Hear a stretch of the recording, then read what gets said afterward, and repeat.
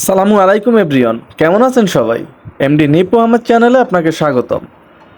আজকে আমি আলোচনা করতে যাচ্ছি বাংলাদেশের সবচাইতে বেশি ব্যবহৃত একটি ব্র্যান্ড নিয়ে, সেটা হলো নোকিয়া 3310।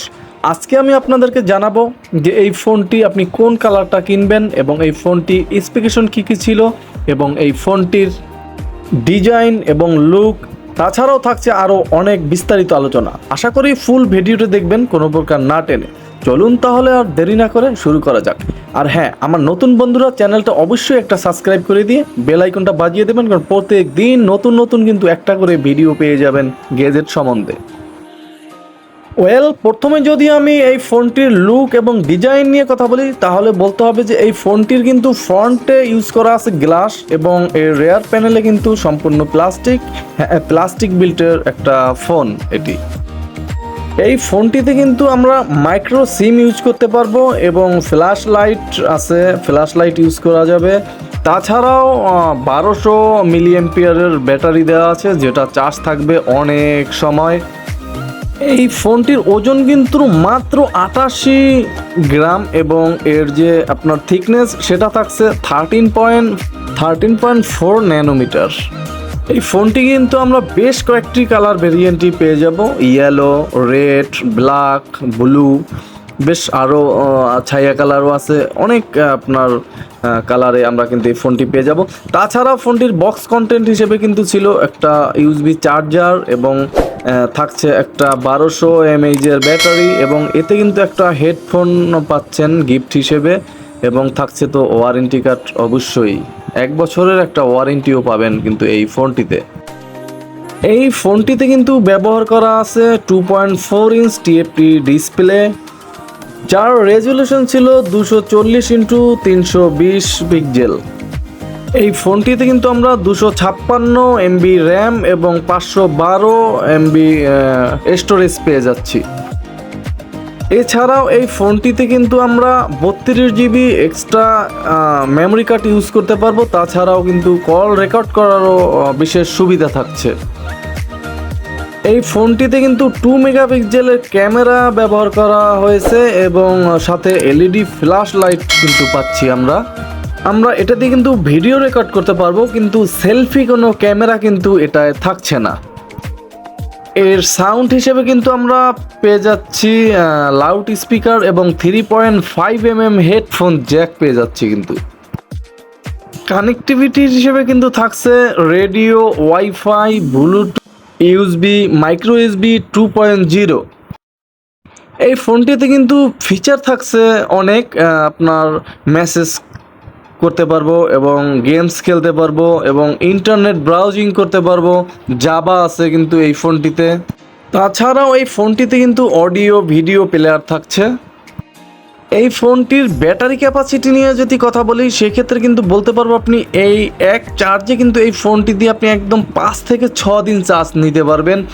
তাছাড়া এই ফোনটি দিয়ে যদি আপনি মিউজিক শোনেন, টানা 30 ঘন্টার মতো কিন্তু আপনি মিউজিক শুনতে পারবেন সামান্য 1200 মিলি অ্যাম্পিয়ারের ব্যাটারি দিয়ে, কারণ নোকিয়াই হয়।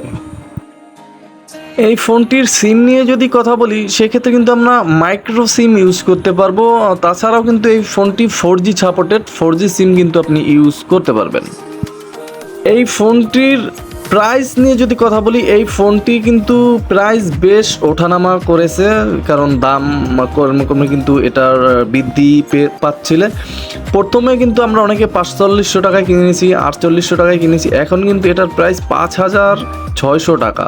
তা কিন্তু একদম বিশাল অ্যামাউন্টই বলা চলে। তাছাড়াও কিন্তু আবার এই প্রাইস হিসাবে কিন্তু ফোনটিও ছিল একদম মানে ব্যাপক কোয়ালিটি সম্পূর্ণ, যা একদম দেখতেও গ্লসি এবং আপনার এটার কোন কালারটা কিনবেন সেটা নিয়ে অবশ্যই কথা বলবো, আপনার কোন কালারটা কিনলে ভালো হবে।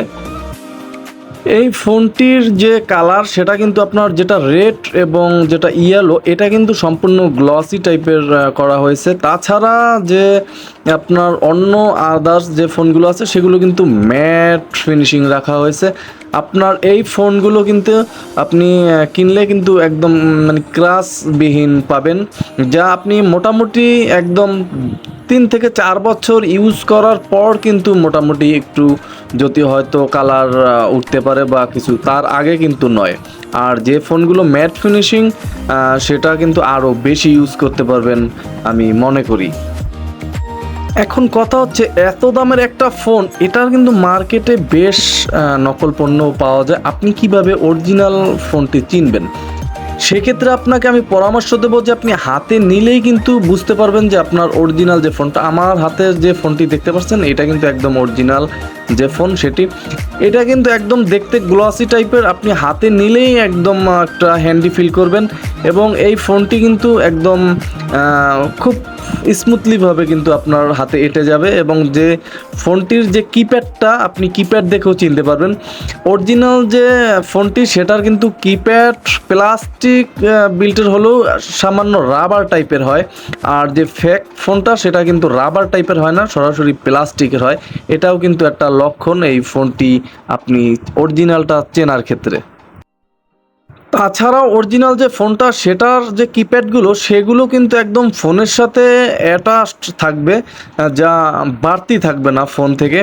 আর যে নকল ফোনটি সেটা কিন্তু আপনার কিপ্যাডগুলো থাকবে ফোন থেকে আরও একটু উঁচা উঁচা টাইপের, যা একদম মানে অ্যাটাচ থাকে না, একটু উঁচা উঁচা টাইপের, যেটা আপনি দেখলেই বুঝতে পারবেন। অরিজিনালটার যে ফিনিশিং সেটা কিন্তু নকলটা কখনোই দিতে পারে না বা আসে না। আপনি অবশ্যই কেনার সময় কিন্তু সতর্ক থাকবেন যে আপনি অরিজিনালটা কিনছেন না, একই দামে আপনি ডুপ্লিকেটটা কিনতেছেন। তাছাড়াও আরও একটা উপায় কিন্তু আছে এই ফোনটি অরিজিনালটা চেনার। এর যে নোকিয়া যে ব্র্যান্ডিং লোগোটা উপরে একদম ডিসপ্লে দেখতেই পাচ্ছেন, এটা কিন্তু আপনার একদম গ্লাসের ভিতরে লেখাটা থাকবে এবং সুন্দর করে। আর যে ফেক যে ফোনটি সেটা কিন্তু এই গ্লাসের উপরে আলাদাভাবে নোকিয়া লেখা থাকবে, এটা কিন্তু একটা প্রধান লক্ষণ। আপনি এটা দেখলেও কিন্তু চেনার মতো একটা অবস্থায় যেতে পারবেন আশা করি। কারণ দুটো ফোন তো আপনার সামনে অবশ্যই থাকবে না, আপনার এটাই মাথায় রাখতে হবে যে অরিজিনালটার ভিতরে থাকবে গ্লাসের লেখাটা, আর ডুপ্লিটার গ্লাসের উপরে কিন্তু লেখা থাকবে। তাছাড়াও কিন্তু আপনার কিপ্যাডের আরও একটা জিনিস দেখে আপনি জাজ করতে পারবেন, সেটা আপনার অরিজিনাল যে নোকিয়া ফোনটির কিপ্যাড সেটা কিন্তু আপনার লাইটিংটা আসবে সাদা কিপ্যাডের উপরের, আর যেটা নকল পণ্য হবে সেটা অবশ্যই কালারটা কিন্তু নীল আসবে। অরিজিনালটা কিন্তু কখনো সাদা ছাড়া কালার হবে না, এটা অবশ্যই খেয়াল রাখুন। এবং নোকিয়ার যে ডুপ্লিকেটটা সেটা কিন্তু তারা সাদা কালার করতে পারে না, সেটার কালার কিন্তু নীল আসবে। তাছাড়াও ফোনটির বক্সের উপরে কিন্তু একটা আইমি নাম্বার থাকে, এবং সেটা কিন্তু আপনি ফোনের ভিতরের যে আইমি নাম্বারটা সেটার সাথেও কিন্তু মিলিয়ে নিতে পারেন যে আপনার ফোনটি অরিজিনাল কিনা। অবশ্যই কেনার আগে দেখে কিনবেন, এটাই আমার পরামর্শ। দেখতে শুনতে কিন্তু আসলেই একদম পারফেক্ট সাইজের পারফেক্ট একটা ফোন, মোটামুটি হালকা পাতলা। এর প্রাইসটা একটু বেশি, আমরা অনেকেই কিন্তু এই প্রাইজে বাটন ফোন ইউজ করতে পারবো না, কিন্তু যারা কিনবেন তারা অবশ্যই কিন্তু আপনার এই ব্যাপারগুলো ফলো রাখবেন। এবং এর ভিতরে কিন্তু অনেক যে অ্যাপস আছে, আপনি কিন্তু এই অনেক সুবিধা পাচ্ছেন এই ফোনটিতে।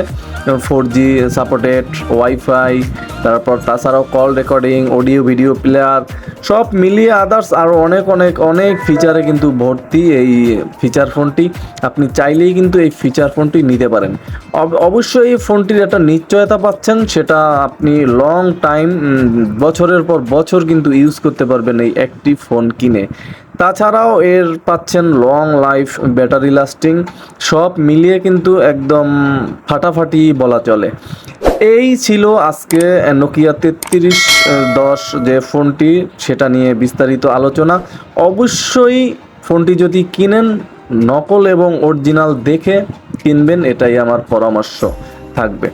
আর এই ভিডিওটি যদি ভালো লাগে অবশ্যই একটা লাইক করে দেন, আর আমার নতুন বন্ধুরা তো সাবস্ক্রাইব অবশ্যই করবেন, কারণ প্রত্যেক দিন কিন্তু নতুন নতুন একটা করে ভিডিও পেয়ে যাবেন এই এমডি নিপু আহমেদ চ্যানেলে। সর্বশেষ বলতে চাই, আপনি যদি এই ফোনটি ক্রয় করতে চান সেক্ষেত্রে কিন্তু আমার ডিসক্রিপশন বক্স চেক করবেন, অবশ্যই এখানে আমি ডিসক্রিপশন বক্সে লিঙ্ক দিয়ে দেবো যে আপনার কোথায় আপনি এই ফোনটি অনলাইনের মাধ্যমেও কিন্তু নিতে পারবেন। তাহলে আজকে এখানেই বিদায় নিচ্ছি, আমি নিপু আহমেদ। সবাই ভালো থাকবেন, সুস্থ থাকবেন, আসসালামু আলাইকুম।